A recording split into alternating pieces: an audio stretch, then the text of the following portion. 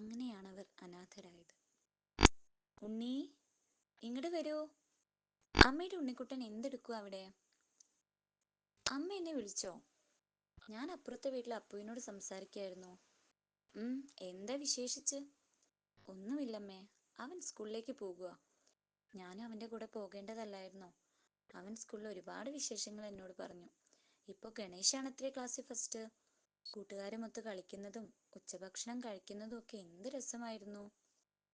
അമ്മ കാരണം മോനിപ്പോൾ സ്കൂളിലും പോകാൻ പറ്റാണ്ടായില്ലേ? അയ്യോ അമ്മേ, കരയല്ലേ.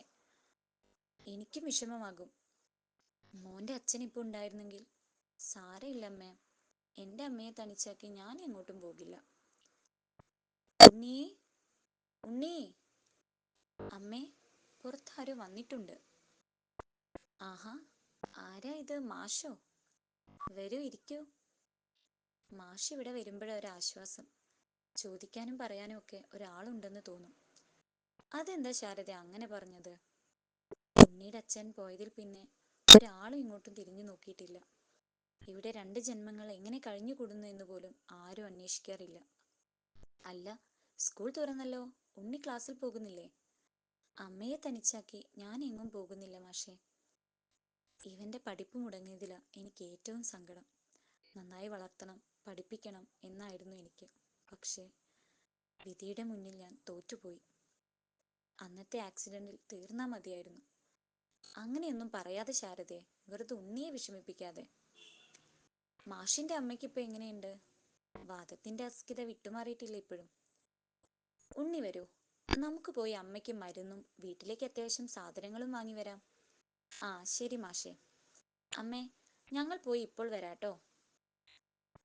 അല്ല മാഷേ, എനിക്കൊരു സംശയം.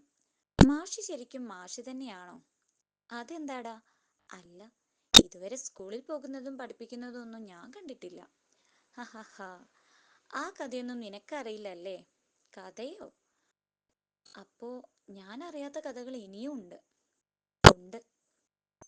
എൻ്റെ അച്ഛൻ ഒരു സ്കൂൾ മാഷായിരുന്നു. എന്നെയും നിന്റെ അച്ഛൻ എൻ്റെ ശങ്കുവിനെയും പഠിപ്പിച്ച മാഷ്. മാഷിന്റെ മകനായതുകൊണ്ടാവാം അച്ഛൻ മരിച്ച ശേഷം എന്നെയും ആളുകൾ മാഷ് എന്ന് വിളിക്കാൻ തുടങ്ങിയത്. എൻ്റെ അച്ഛൻ്റെ ബെസ്റ്റ് ഫ്രണ്ട് ആയിരുന്നല്ലേ മാഷ്? അതെ. രാമു എങ്ങടാ? ഞങ്ങൾ വൈദ്യരുടെ വീട്ടിലേക്കാ. ഇത് ശങ്കുണ്ണിയുടെ മകനല്ലേ? അതെ. ഞങ്ങൾ നടക്കട്ടെ പിള്ളച്ചേട്ടാ. ആ ശരി. എൻ്റെ അച്ഛനെ എല്ലാവർക്കും അറിയാമല്ലോ. അറിയാതിരിക്കോ? ജീവിച്ചിരുന്നപ്പോൾ അവനായിരുന്നു ഈ നാട്ടിലെല്ലാം. പാലാട്ട് തറവാട്ടിലെ ഏക ആൺതരി. സ്കൂളിൽ വെച്ചാ ഞാൻ അവനെ പരിചയപ്പെട്ടത്. ഒന്നിനും ഒരു കുറവില്ലായിരുന്നു അവന്. വലിയ വീടും പണവും ആളുകളും എല്ലാം അവനുണ്ട്. പണക്കാരനാണെങ്കിലും നല്ല മനസ്സായിരുന്നു എൻ്റെ ശങ്കുവിന്. ഒരുപാട് പാവപ്പെട്ടവരെ അവൻ സഹായിച്ചിട്ടുണ്ട്. ഒരു നേരത്തെ അന്നം മൂട്ടിയിട്ടുണ്ട്. അവൻ ഇങ്ങനെ ഒരു ദുരന്തം വരുമെന്ന് ഞാൻ സ്വപ്നത്തിൽ പോലും വിചാരിച്ചില്ല. മീനാക്ഷി എങ്ങോട്ടാ?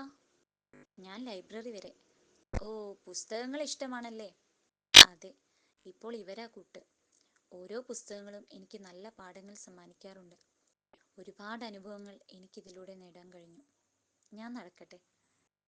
വാ ഉണ്ണി, നമുക്കും പോവാം. ഇനിയും താമസിച്ചാ വൈദ്യര് പോവും. കുട്ടൻ വൈദ്യരെ. ആരിത്? രാമുവോ?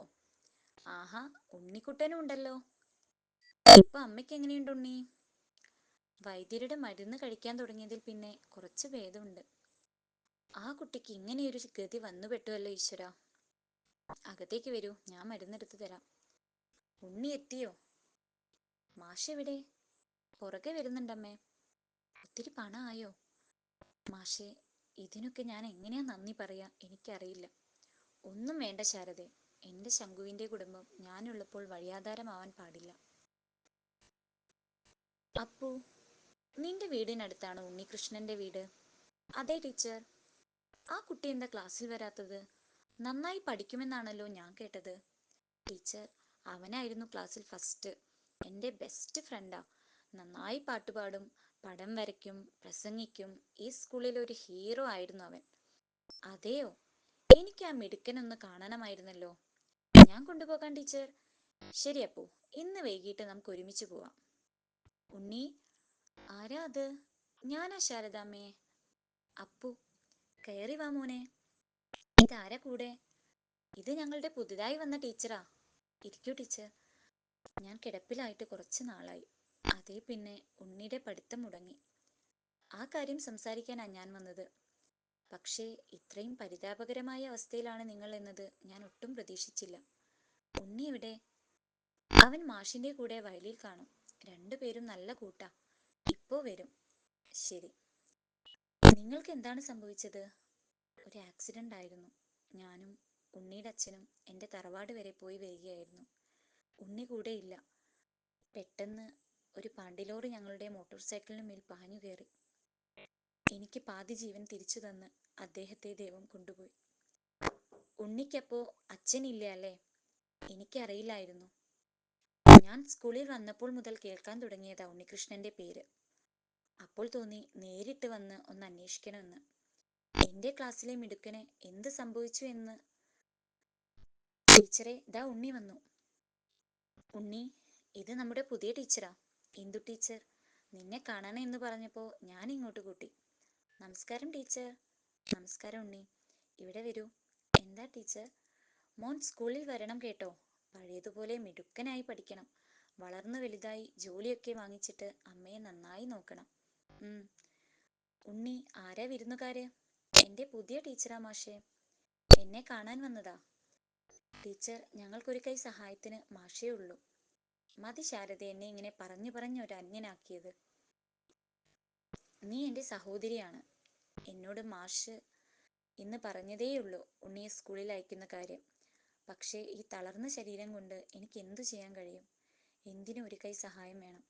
എല്ലാവർക്കും ഞാനൊരു ബാധ്യതയായി. ഹേയ്, അങ്ങനെയൊന്നും ചിന്തിക്കാതെ, എല്ലാം ശരിയാവും. ഞാൻ ഇറങ്ങട്ടെ ഉണ്ണീടെ അമ്മേ. അയ്യോ, ഒരു ചായ പോലും കുടിക്കാതെയോ? ഇനി വരുമ്പോ ആവാം. ഉണ്ണി, അമ്മയെ നോക്കാൻ നമുക്കൊരാളെ ഏർപ്പാട് ചെയ്യാം ട്ടോ. നീ ക്ലാസ്സിൽ വരണം. ശരി ടീച്ചർ. ശാരദേ, ഞാനും ഇറങ്ങാം. ശരി മാഷേ. ടീച്ചറിന്റെ വീട് അടുത്താണോ?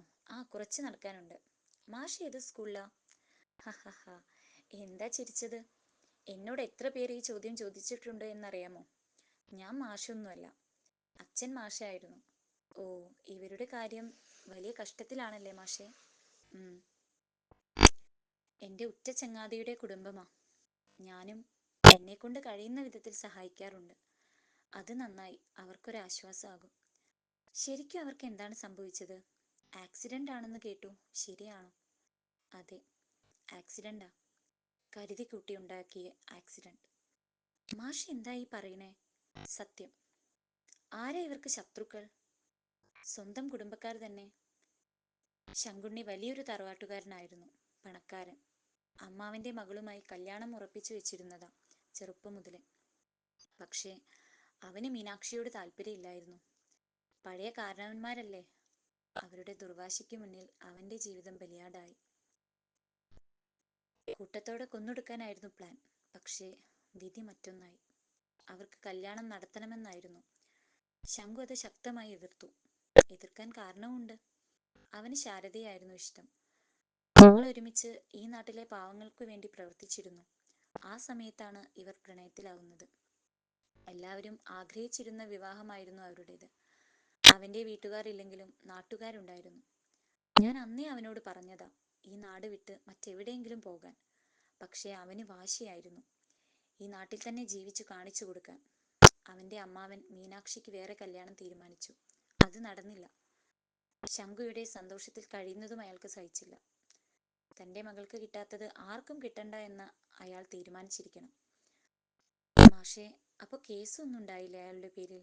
കേസോ? നീതിയും നിയമവും അയാൾക്കൊപ്പമായിരുന്നു. ഈ അമ്മാവൻ ഇപ്പോൾ എവിടെയാ? അയാൾ മരിച്ചു. ക്യാൻസർ ആയിരുന്നു. ഇപ്പോൾ മീനാക്ഷിയും അമ്മയും മാത്രം. അവൾക്ക് ചൊവ്വാദോഷമുള്ളത് കൊണ്ട് പിന്നീട് കല്യാണമൊന്നും നടന്നില്ല. അവളിപ്പോൾ പുസ്തകങ്ങളുടെ ലോകത്താ. എല്ലാം കേട്ട് കഴിഞ്ഞപ്പോ ഒരു മഴ പെയ്തു തോർന്ന പോലെ. അങ്ങനെയാണ് അവർ അനാഥരായതല്ലേ? അതെ ടീച്ചറെ.